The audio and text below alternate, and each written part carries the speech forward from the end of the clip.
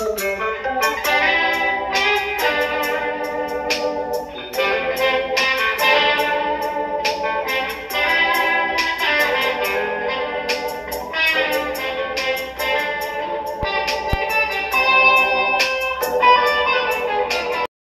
teman-teman, kita bersyukur hari ini kita boleh berjumpa lagi di dalam acara Ngopi, Ngobrolin Perkara Iman. Dan teman-teman, hari ini kita akan membahas tentang seorang ibu yang bernama Wati. Jadi kalau saya menyebut kata Wati, maka apa yang terbesit di pikiran kita, seperti itu ya.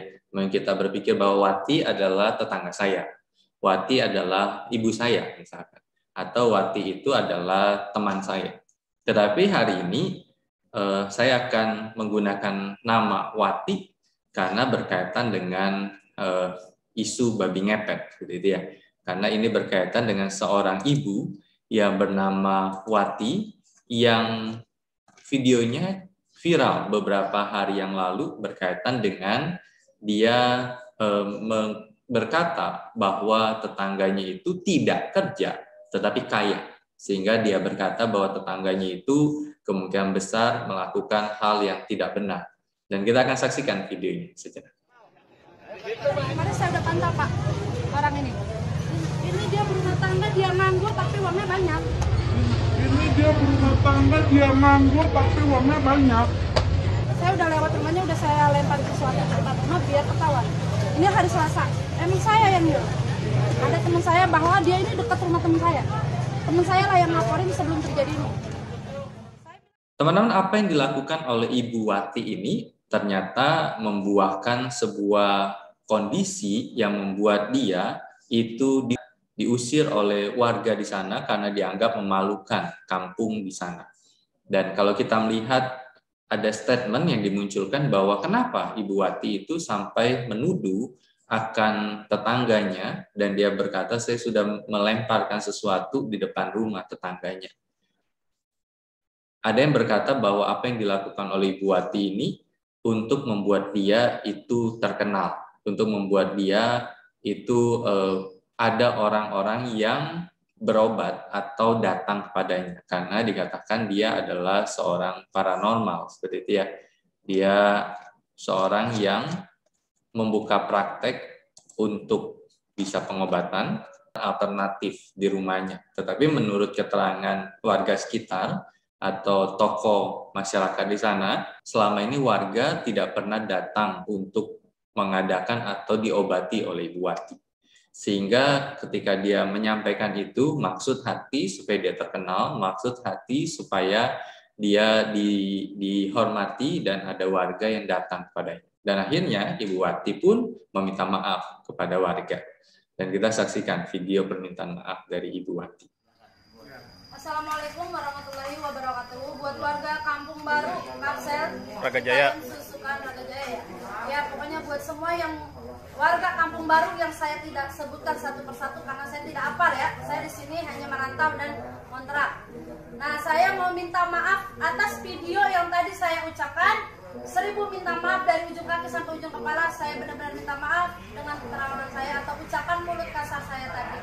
Rekan-rekan, apa yang dilakukan oleh Ibu Wati ini merupakan sebuah tindakan yang kita sayangkan. Kenapa? Karena yang pertama, Ibu Wati memberikan penilaian yang negatif kepada tetangganya tanpa sebuah bukti yang pasti. Cuman perasaan, cuman tebakan, cuman prediksi seperti itu ya. Kemudian yang kedua, apa yang dilakukan oleh Ibu Wati ini adalah sesuatu yang tidak boleh dilakukan oleh seseorang. Kenapa? Karena menilai orang lain bekerja harus dapat hasil, seperti itu, bekerja baru boleh dapat hasil. Kalau diam di rumah, maka kalau dia mendapat hasil itu pasti melakukan sebuah pekerjaan yang tidak normal. Tetapi ketika kita melihat zaman sekarang, maka orang-orang bisa gunakan teknologi misalkan, bekerja melalui handphonenya, bekerja melalui layar komputernya untuk mendapatkan hasil. Dia berjualan online, kemudian dia menawarkan barang-barang secara online dan dia hanya kerja di rumah. Jadi apa yang dilakukan oleh Ibu Wati konsepnya hanya di rumah tetapi kaya, itu mungkin beberapa tahun yang lalu bisa saja terjadi. Tetapi saat ini dengan teknologi yang begitu maju, orang hanya cukup di rumah. Lalu apa yang bisa kita maknai secara teologis tentang peristiwa atau kejadian Ibu Wati?